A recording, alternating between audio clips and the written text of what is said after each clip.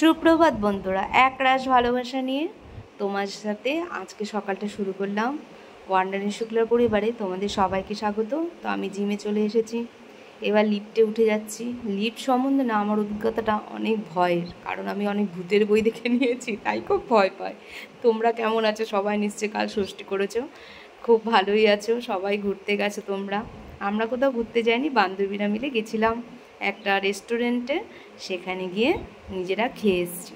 হয়ে গেল বউ ষষ্ঠী। আজ আমার বউ ষষ্ঠী কেমন হয়েছে আমার ব্লগে থাকবে, তোমরা দেখো। এই উঠে গেলাম জিমে।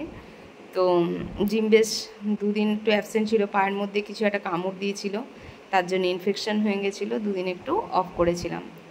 অঞ্জলি শুধু এসেছে, আর কেউ এখনও জিমে আসেনি। তো চলো আমার টাস্কটা আমি শুরু করি। আমি ঘরে ফেরার পরে জিম থেকে আমি ভাবলাম কি একটু চিংড়ি মাছ নিয়ে যে পটল চিংড়ি রান্না করব। তারপরে এসে দেখছি ড্র্যাগন ফ্রুটসের ফুলগুলো বেশ বড় বড় ফুটে গেছে। আমি গাছে গাছে নিচে প্রত্যেকটা গাছ দেখে বেড়াই। মা বলতো, তুই যে গাছের যত্ন করিস মনি, কি সুন্দর যে তোর হয়। খুব মিস করি মাকে। কালকের দিনে তো মা বাবাকে প্রচুর মিস করেছি জানো। তারপর দেখি একটা চন্দ্রপোড়ার সাপ। আমি ভাবলাম ব্যাটাকে আমি একটা বোতলে পুড়ে নিই, কিন্তু খুব সাংঘাতিক। আমারটা দেখে প্লিজ কেউ কিন্তু এরকম করো না, কারণ আমি ছোটোর থেকেই সাপ ধরতে পারি, তাই জন্য কেউ এই রিস্কটা প্লিজ নেবে না, আমি বারবার করে বলছি। দেখো কেমন লাগছে। আমি তোমাদের ব্লগটা পোস্ট করছি বৃহস্পতিবার, বুধবার ছিল ষষ্ঠী। তো দাসের জন্য ফ্রিজ থেকে মাংস বের করে নিলে ভাবলাম দাসের ষষ্ঠী করে নিই। মা আগে দাসকে নিমন্ত্রণ করে যেত, কিন্তু কিছু কিছু লোক আছে একটু অন্যরকম হয়, থাক পরিবারের কথা না বলেই তখন যায়নি, তখন থেকে ষষ্ঠীটা বন্ধ হয়ে গিয়েছে। তো ঠিকই আছে, আমার মাকেও যেরকম অসম্মান করার অধিকার কারণ নেই, আমার হাজব্যান্ডকেও কারোর অধিকার নেই অসম্মান করার। তো চিকেন কষা রান্না করব, আর ভেবেছি একটু বাসমতি চাল দিয়ে একটু পোলাও রান্না করব। তো দাস এই দুটো খুব ভালো খায়। তো সবার বাড়িতেই কিছু না কিছু প্রবলেম থাকেই, করে ষষ্ঠী সব বন্ধ হয়ে যায়। তো একটা মেয়ের যখন কেউ হাত ধরে, আমার মনে হয় সে পুরো ফুল প্রিপেয়ার্ড হয়ে হাতটা ধরা দরকার, যে আমি একটা মেয়েকে আমার জীবনে আনতে চাই, তাকে খুব ভালোভাবে রাখবো। সবারই কিন্তু ঘরের সব অবজেকশন থাকে, তাও মানুষ ক্রিটিসাইজ করতে দিশা পায় না, মানুষকে ফলো করতে ছোট করতে দিশা পায় না। এইগুলো মানুষের একটা মানে আজীব ধর্ম। তো যাই হোক, তো বসিয়ে দিয়েছি ফ্রায়েড রাইসের জল, এবার চালটা দিয়ে দিচ্ছি। আস্তে আস্তে করে না ঘর দোয়ারগুলো গুছাচ্ছি। দাসকে ফোন করা যাচ্ছে না, দাসের এখন ডিউটি অনেক ডেঞ্জার। তো ওইখানে মানে ইলেকট্রিক ডিপার্টমেন্ট হয়ে গেছে ওখানটা, তো ফোন করা সেরকম একটা যায় না।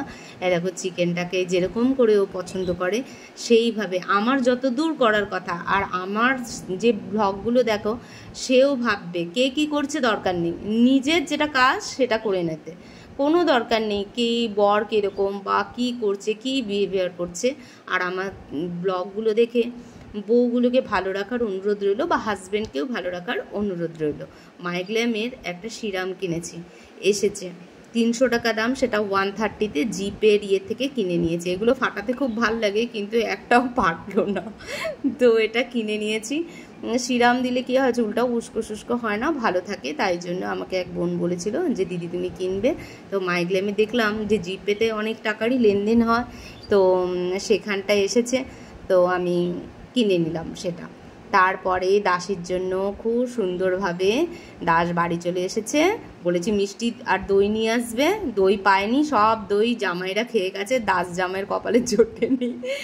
তো দাসে মিষ্টি এনেছে, 4টে মিষ্টি দিয়েছি, তারপরে স্যালাড দিয়েছি, তারপরে চাটনি করেছি দাসের জন্য, পাঁপড়, তারপরে চিকেন। মোটামুটি দাসকে সুন্দর করে গুছিয়ে দিয়েছি। নিজের যেটা কর্তব্য বললাম না, সেটা করে নাও, খুব ভালো। আর দাসও দেখলাম বেশ আনন্দের সাথে খেলো, সেটা দেখে আমার অনেক ভালো লাগলো। তো এবার আমরা খেয়ে নেব। আর বিকাল হয়ে গেছে, দেখো দাস গাড়ি বের করেছে, আমাকে ভিয়ানার গ্রাউন্ডে ছাড়বে, আমার বান্ধবীরা আসবে ওখানে, আমি যেখানে প্রত্যেক দিনই যাই। তারপরে আকাশটা দেখেছো, মেঘ করেছে, কিন্তু জানো তো এরকম মেঘ করে, মেঘগুলো যে কোথায় চলে যায় আমি হতাশার শিকার হয়ে যাই। দেখেছো কি সুন্দর লাগছে না নারকেল গাছটা। আমার না প্রকৃতি খুব ভালো লাগে, আমিও ট্রেন দিয়ে সব সময় দেখি জানলা দিয়ে, কি যে ভালো লাগে আমার এসব। তো বিয়ানার গ্রাউন্ডে দাস চলে এসে আমাকে ছাড়তে, এই যেটা মধুমিতার বাড়ি তার সামনেই ছেড়ে দিয়েছে। এবার দাস চলে গেছে, এবার মধুমিতা আসলেই আমি ওর সাথে হাঁটবো। কারণ জানো তো এখন হাঁটাও যাচ্ছে না। খড়গপুরে এত তো গরম পড়েছে, ফিল লাইক কত জানো 53, তার মধ্যে লোডশেডিং হয়ে গেছে।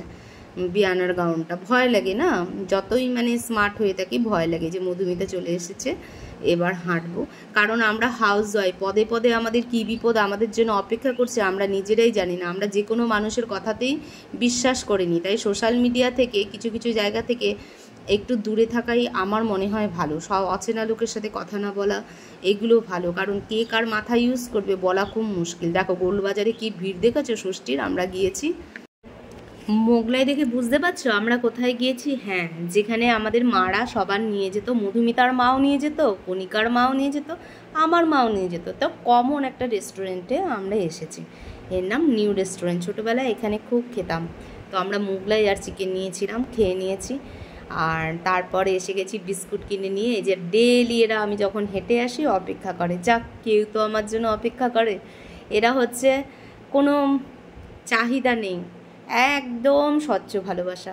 রাস্তার কুকুরগুলোকে প্লিজ আপনারা কোনোভাবে ইরিটেট করবেন না, দেখলে এক প্যাকেট বিস্কুট কিনে দেবেন। খুব গরম পড়েছে, যদি সামনে অনেকগুলো কুকুর থাকে একটা পাত্রে কিছুটা জল দিন, ভাতগুলো বেঁচে গেলে আগেই তুলে নিন, দুটো ভাত করে নিন, ওদের খেতে দিন। তো ঘরে এসে গেলাম, খুব আনন্দ করে এলাম। ঘরে আস্তে আস্তে এখন রাত 10টা বেজে গেছে, আজকে সেই 6:30টায় আমাকে ছেড়ে এসছে। দিয়ে খুব আনন্দ করলাম। এই বছর আমরা করলাম আমার ব্লগের থ্রুন, যে বান্ধবীরা সব আমার আপডেট পাবি, তারা চেষ্টা করবি পরের বছর আমাদের সাথে জয়েন হওয়ার। খুব আনন্দ করেছি। আর দাস মিষ্টি এনেছে, খাচ্ছি, মিষ্টি খাই না তাও খাচ্ছি। আর ব্লগগুলো যদি পারিস বা পারো তোমরা, আর আমার চেয়েও যদি খুব বড় হয়ে থাকো, তো একটু শেয়ার করে দিও। শুভরাত্রি।